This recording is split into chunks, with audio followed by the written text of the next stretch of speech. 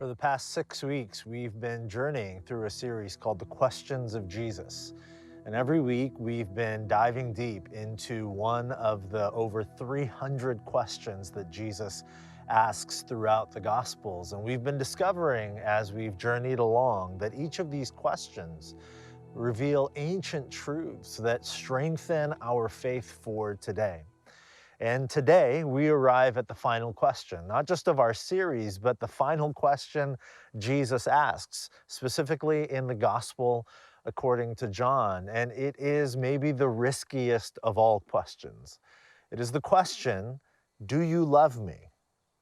This is truly the riskiest, maybe most frightening question one person can ask another. Do you love me?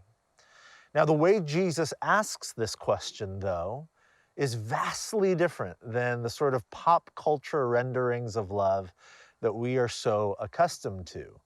Pop culture love tells us that love is about following your heart, or in other words, following your feelings. But what most of us already intrinsically know and understand is that this is a shallow understanding of love. That love at its deepest is something much more substantive and meaningful. The writer M. Scott Peck puts it this way. He says that true love is not a feeling by which we are overwhelmed. It is a committed, thoughtful decision, because true love is an act of will that often transcends ephemeral feelings. And so when Jesus asks the question at the end of John's Gospel, do you love me? He reveals two critical truths about what love actually is and what it calls us to. And I'll just give them to you right here off the bat. Love has the power to restore, and love also calls us to respond. Love restores, and love responds. Let me give you the story. This is right after Jesus has been arrested, tortured, crucified, and seemingly killed on the cross. He has been buried in a tomb. And Peter and the other disciples, they are distraught, needless to say. They don't know what to do, and so they go back to what they knew to do before Jesus entered their lives. They go back to their common trade, which was fishing. So Peter and the other disciples are at the Sea of Galilee out on a boat, and they've been fishing unsuccessfully all night long when they see a figure out on shore, and this figure tells them, hey, cast your nets one more time. They do, and they catch more fish than they know what to do with. This is something that they experienced before when they first encountered Jesus 3 years earlier. And they recognize that this is the resurrected Christ, Jesus alive and well out on shore. They rush onto the shore where they are met by Jesus by a warm fire where he is cooking lunch. And then this happens. John 21, 15 to 17. When they had finished eating, Jesus said to Simon Peter, Simon, son of John, do you love me more than these? Yes, Lord, he said, you know that I love you. And Jesus said, feed my lambs. And again, Jesus said, Simon, son of John, do you love me? And he, Simon Peter, answered, yes, Lord, you know that I love you. And Jesus said, take care of my sheep. The third time Jesus said to him, Peter, Simon, son of John, do you love me? And Peter was hurt because Jesus asked him the third time, do you love me? And he said, Lord, you know all things. You know that I love you. And Jesus said, feed my sheep. And when the story tells us that Peter was hurt because Jesus asked him a third time, do you love me? It doesn't simply mean that Peter was hurt because Jesus seemed to not believe him. He was very specifically hurt because of these three questions, the same question that Jesus asked over and over, because for Peter, there is shame connected to being asked 3 times. Why? Some of us know the story of Peter's denial, which would have taken place just shortly before this story, probably a few days earlier.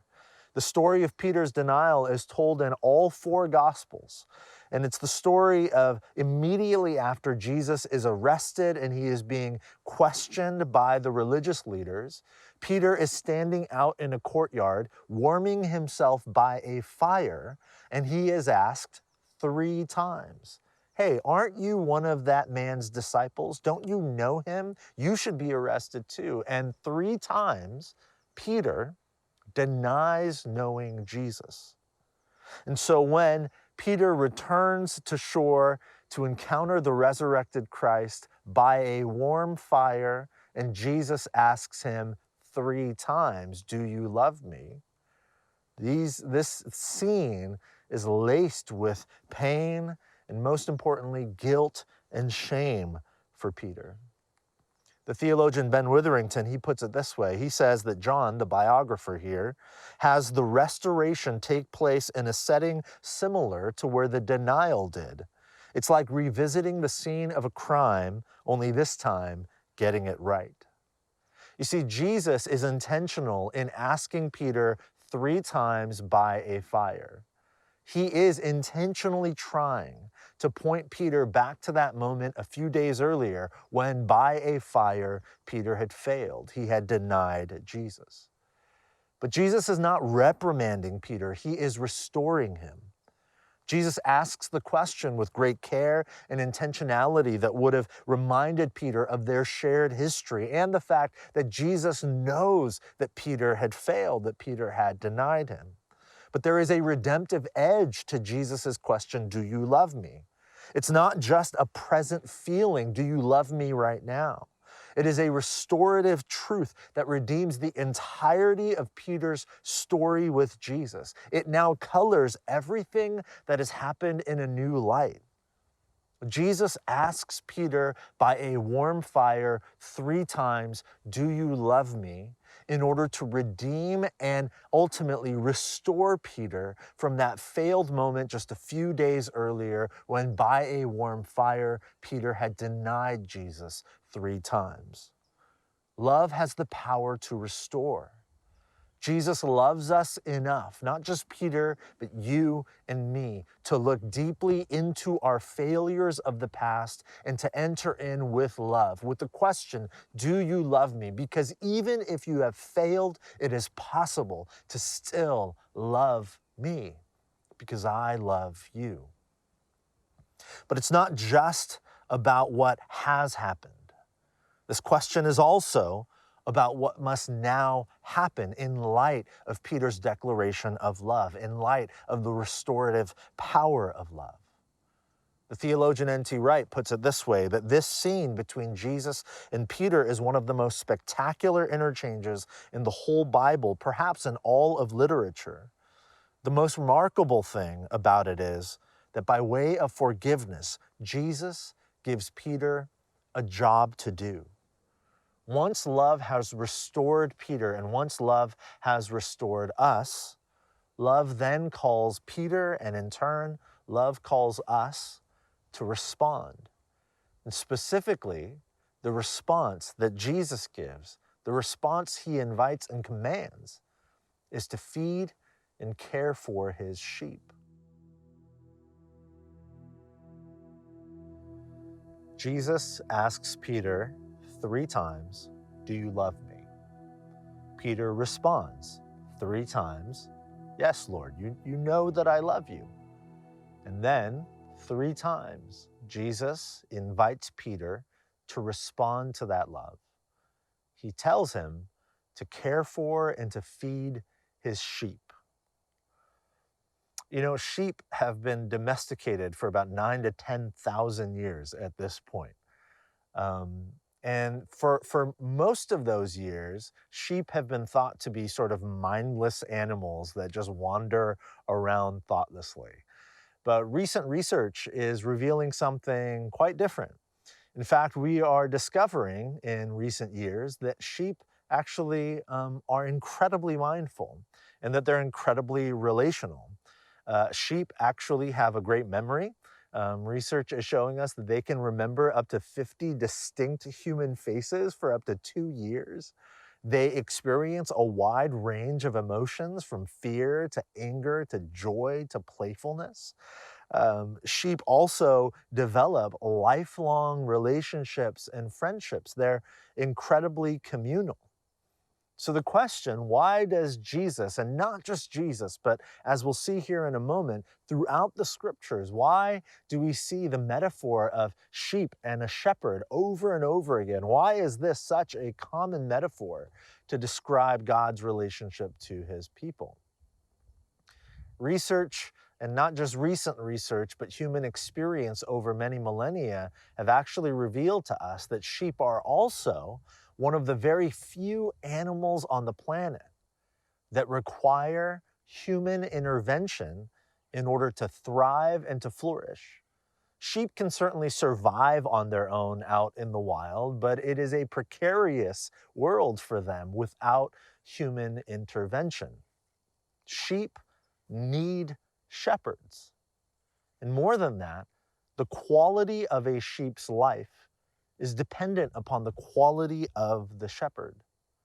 This is why, over and over again, in fact, over 700 times in the Bible, we see the metaphor of shepherd and sheep to describe God's relationship to his people and Jesus' relationship to us. Let me just give you one example from the Old Testament, this ancient prophetic book called Ezekiel. In chapter 34, God is speaking, and he says this: "As a shepherd looks after his scattered flock when he is with them, so I, God, will look after my sheep. I will rescue them from all the places where they were scattered on a day of clouds and darkness. I will search for the lost and bring back the strays. I will bind up the injured and strengthen the weak. I will shepherd the flock with justice." There are examples like this throughout the Bible. Again, over 700 times the metaphor of God or Jesus as shepherd and we, his people, as his sheep. In the New Testament, Jesus himself takes this metaphor even further. Earlier in the Gospel of John, in chapter 10, Jesus says this: "I am the good shepherd. The good shepherd lays down his life for the sheep. I am the good shepherd. I know my sheep, and my sheep know me. Just as the Father knows me, and I know the Father, and I lay down my life for the sheep." Jesus takes this common metaphor in the Bible as far as you can possibly take it. That he's not just a good shepherd who shepherds his flock well, doesn't just feed them or care for them or guide them along the pastures, but he's the sort of shepherd that is willing to lay down his own life in order to protect his sheep. And so if this is the sort of shepherd Jesus is, what does he expect of Peter when he says to him, "Peter, if you love me, then feed and care for my sheep"? Jesus is essentially telling Peter, "Peter, follow my example of being a good shepherd." What does he mean? Well, the gospel according to John chapter 21, if you continue reading, it tells us quite emphatically in verses 17 to 19. Jesus said, "Feed my sheep. And very truly I tell you, when you were younger, you dressed yourself and went where you wanted. But when you are old, you will stretch out your hands, and someone else will dress you and lead you where you do not want to go." Jesus said this to indicate the kind of death by which Peter would glorify God. Then he said to him, "Follow me." Love first restores Peter, and it restores us. But love then beckons Peter and beckons us to respond. Love calls us to respond by following Jesus. And what does it mean to follow Jesus, our good shepherd who is willing to lay down his own life for his sheep? Just a couple of reminders. Luke 9 tells us, "Then Jesus said to them all, 'Whoever wants to be my disciple must deny themselves and take up their cross,'" an instrument of death, "daily and follow me." Galatians chapter 2, the writer Paul says, "I have been crucified with Christ, and I no longer live, but Christ lives in me." Love restores us so that we might respond by feeding and caring for God's people, even to the point of death. There is some debate about this John 21 passage. Is this a specific passage written specifically just to pastors and church leaders? And that's a fair debate to have because Peter obviously is the rock upon whom Christ builds the church. But I would suggest to you that beyond John 21, it is clear throughout the scriptures that the call to care for and to feed his sheep, to extend ourselves into the life of the church community and the family of God, to give of ourselves, to follow Jesus even unto death, is not a call simply for pastors and for church leaders. It is a call for every follower of Jesus to take up our cross daily and to follow, to be crucified with Christ, so that we might live our lives for the good of others. That's what it means to love.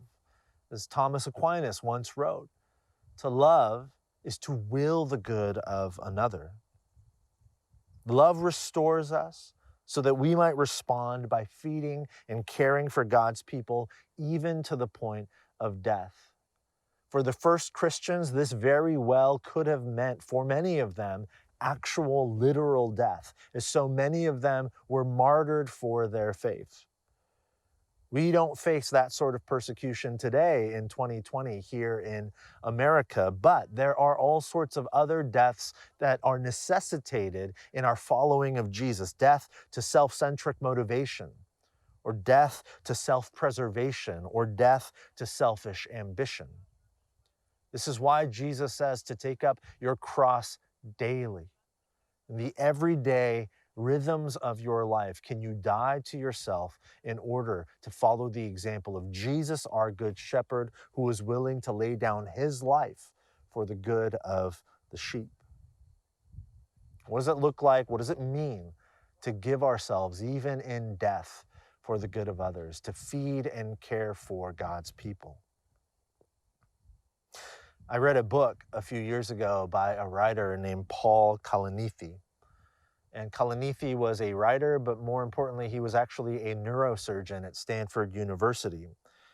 And after graduating from Yale Medical School in 2007, he came to Stanford, where he was doing his neurosurgery residency and practicing medicine. He was newly married, and he was living a beautiful life until the year 2013, when he was diagnosed with stage 4 lung cancer, super aggressive. And right around that same time, he and his wife became pregnant with their first child. In 2014, less than a year after Kalanithi's diagnosis, they gave birth to their daughter, Elizabeth. And Paul Kalanithi began to write down his thoughts about life and about death, and specifically how he might give his life away in his final waning months and years. In 2015, Paul Kalanithi passed away at the age of 37, but his writings were put together and published in 2016 posthumously in a book called When Breath Becomes Air. Kalanithi grew up in a devout Christian family, but he left his faith until his final years, when he found faith again and began following Jesus, even quite literally for him, unto death.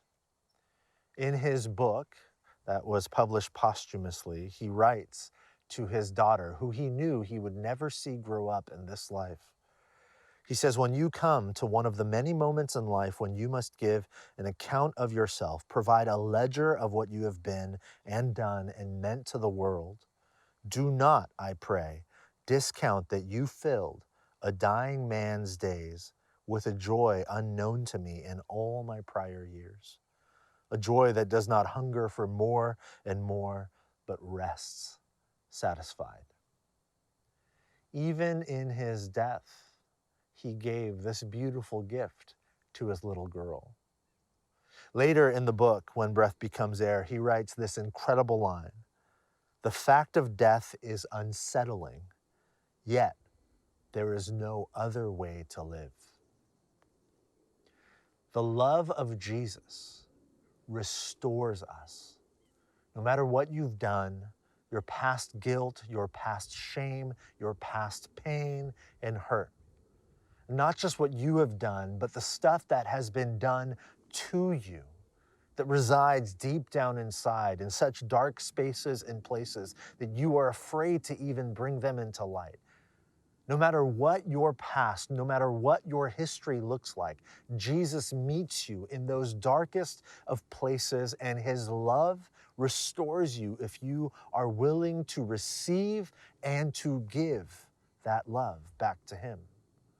He meets you not in your finest moments, but in the worst moments of your history, and asks you the question, do you love me? And if your response is yes, Jesus, you know that I love you, then the next part is he calls and invites you to respond.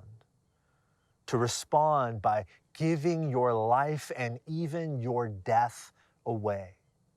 To feed and to care for his people, to follow him, Jesus, our good shepherd, who is willing, not just willing, but actually did lay down his life for his sheep. Love calls us to respond, to follow our good shepherd, to live that way, to be willing to give not only our lives, but our many deaths, death of selfish ambition, self-preservation, self-centric motivation, to die to those things in order to feed and to care for his people.